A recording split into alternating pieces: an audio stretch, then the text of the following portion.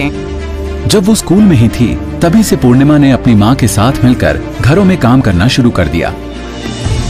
घर की नौकरानी से स्कूल टीचर बनने तक, अत्यधिक गरीबी से आर्थिक संतुलन तक, पूर्णिमा रॉय का बदलाव बेहद। कभी कभी हम चावल फ्राई करके खा लेते थे, कभी कभी हम आटा लेते थे, उसे फ्राई करते थे और उसे खा लेते थे। लूंगी बहुत ज्यादा गरीबी में पैदा हुई पूर्णिमा रॉय का बचपन बहुत मुश्किलों से भरा रहा। उनके पिता सड़क के किनारे एक चाय की दुकान चलाते थे और उनकी माँ एक नौकरानी के एक पड़ोसी जो प्रभु यीशु को मानते हैं, उन्होंने उसे प्रार्थना के लिए बुलाया। पूर्णिमा वहाँ पर गई और प्रार्थना के वक्त उसने परमेश्वर से 5 रुपए मांगे।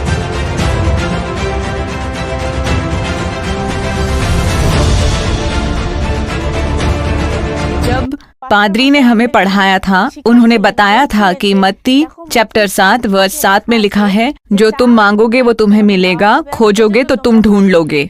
तो उसके ऊपर विश्वास करते हुए मैंने प्रभु से 5 रुपए मांगे। मैंने मांगा कि अगर मुझे सिर्फ 5 रुपए मिल जाएं तो मैं अपनी चप्पल ठीक करवा लूंगी। बहुत ज्यादा गरीबी में पैदा हुई पूर्णिमा रॉय का बचपन बहुत मुश्किलों से भरा रहा। उनके पिता सड़क के किनारे एक चाय की दुकान चलाते थे और उनकी माँ एक नौकरानी का काम करती थी। कभी कभी हम चावल फ्राई करके खा लेते थे, कभी कभी हम आटा लेते थे, उसे फ्राई करते थे और उसे खा लेते थे। हमारे पास अच्छे कपड़े नहीं थे। हमारे माता पिता इस स्थिति में नहीं थे कि वो हमें कपड़े दिला सकें। जब वो स्कूल में ही थी तभी से पूर्णिमा ने अपनी माँ के साथ मिलकर घरों में काम करना शुरू कर दिया। मैं अपनी माँ की मदद करती थी ताकि हम वहाँ का काम खत्म कर सकें और फिर घर आकर अपने घर का काम कर सकें। तो इसलिए मैं अपनी माँ के साथ जाती थी और मुझे उसके लिए कभी पैसे नहीं मिले। जब माँ बीमार होती या नहीं जा पाती तो मैं जाती थी। मैंने एक घर में काम करना शुरू किया तो वहाँ मुझे महीने के 200 रुपए मिलते थे। एक दिन पूर्णिमा के एक पड़ोसी जो प्रभु यीशु को मानते हैं, उन्होंने उसे प्रार्थना के लिए बुलाया। पूर्णिमा वहां पर गई और प्रार्थना के वक्त उसने परमेश्वर से 5 रुपए मांगे।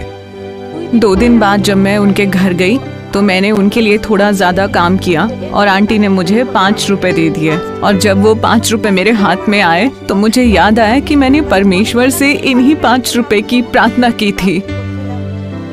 पूर्णिमा खुश थी कि परमेश्वर ने उसकी प्रार्थना सुनी। कुछ दिनों के बाद पूर्णिमा ने एक पैम्फलेट देखा जो उसके पिता लेकर आए थे।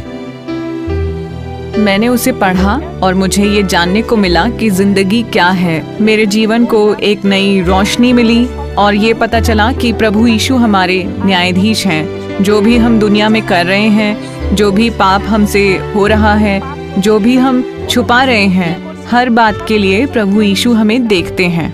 जब मैंने ये पढ़ा तो मैंने सोचा कि एक दिन मैं भी मर जाऊंगी और मुझे भी आंका जाएगा। पूर्णिमा को लगता था कि सिर्फ एक इंसान जो उसकी मदद कर सकती है वो है उसकी पड़ोसी।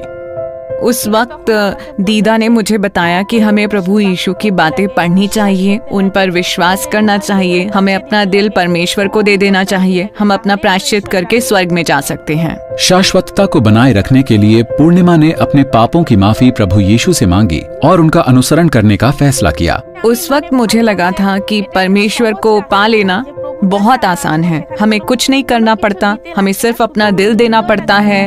उस वक्त सिर्फ एक ही खुशी मेरे दिल में थी कि मैंने सच में परमेश्वर को पा लिया है। जैसे जैसे दिन बीतते गए, पूर्णिमा ने चर्च में जाना शुरू किया और बाइबल पढ़ना भी।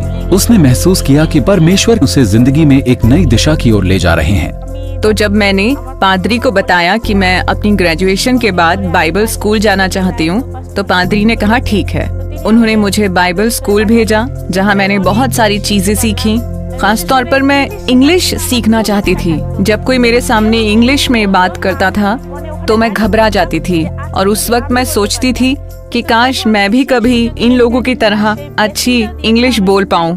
परमेश्वर के आशीर्वाद से आज मैं भी बाकी लोगों की तरह इंग्लिश बोलना सीख गई हूँ। घर की नौकरानी से स्कूल टीचर बनने तक, अत्यधिक गरीबी से आर्थिक संतुलन तक, पूर्णिमा रॉय का बदलाव बेहद खास रहा है।